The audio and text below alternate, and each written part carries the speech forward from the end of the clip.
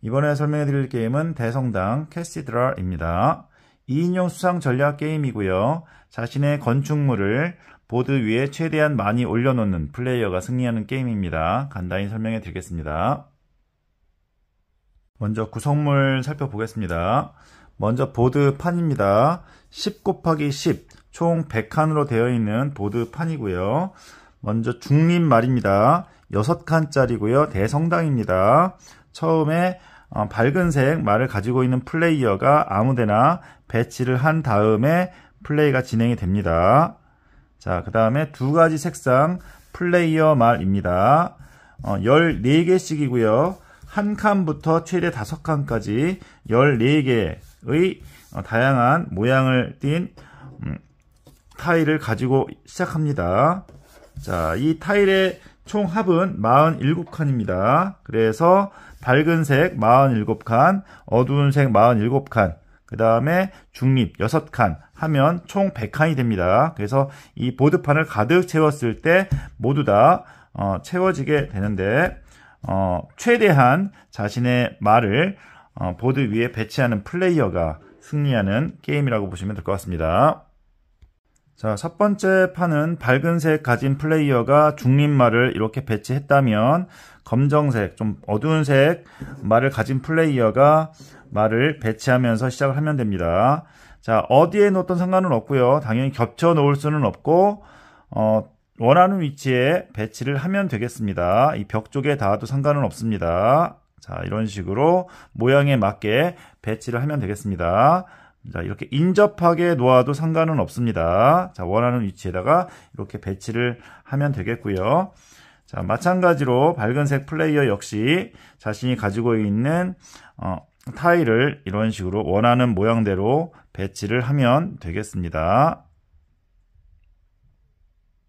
그래서 배치할 때 고려하실 점은 자, 자신의 말로만 완전히 둘러싸인 곳을 영역이라고 하고 완전 영역이 결정이 되면 상대방은 그 영역 안에다가 말을 놓을 수가 없습니다. 따라서 영역을 최대한 많이 차지하게 되면 자신의 말을 최대한 많이 넣을 수 있기 때문에 영역을 넓게 차지하는 것이 필요합니다. 자, 예를 들면 자, 여기 있는 말로 자, 이런 식으로 자, 감쌌습니다. 그러면은 이런 공간이 생기지요. 하지만 이것은 누구의 영역도 아닙니다. 왜냐하면 지금 어두운 색과 밝은 색 두 가지 건물이 섞여 있기 때문에 영역이 될 수 없습니다.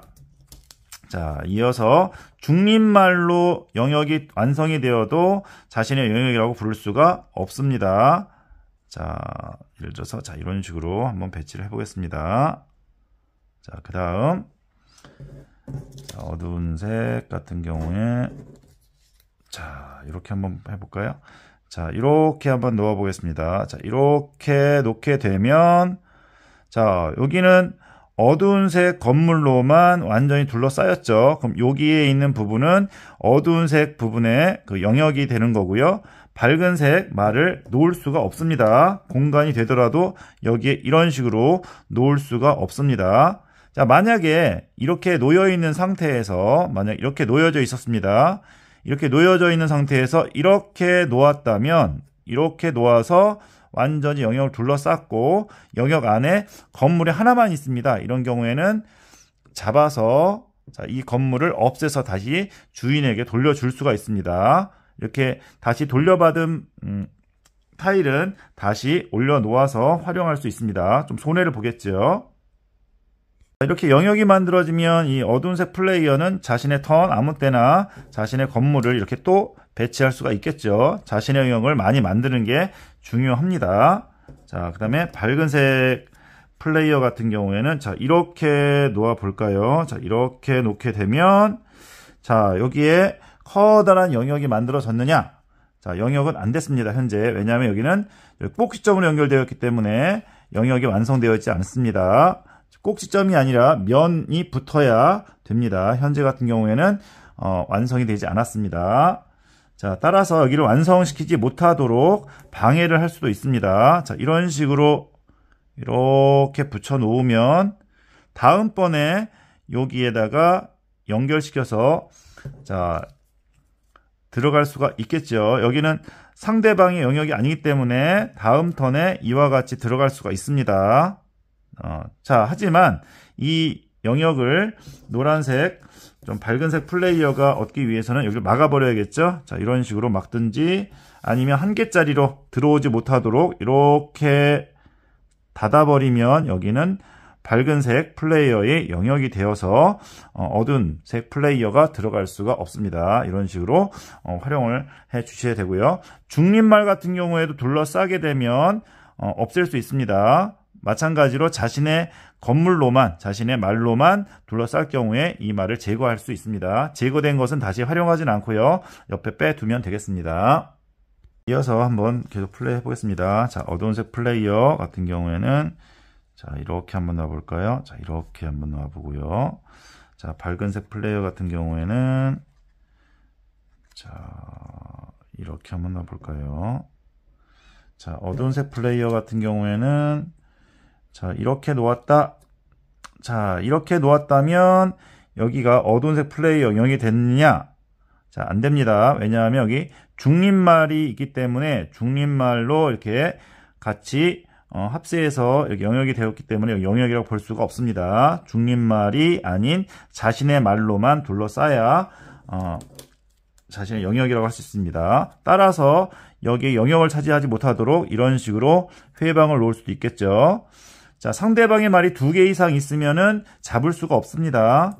자, 상대방의 말이 2개 이상 있으면 하나를 뺄 수가 없기 때문에 안 되겠죠. 자, 이런 식으로 배치를 해 나갑니다.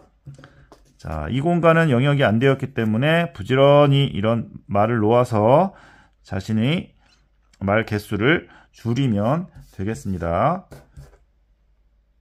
이런 식으로 계속 플레이를 하다 보면 더 이상 놓을 수가 없는 상황이 생기기도 합니다. 자신의 말을 더 이상 내려놓을 수가 없다면 게임을 끝내면 되고요.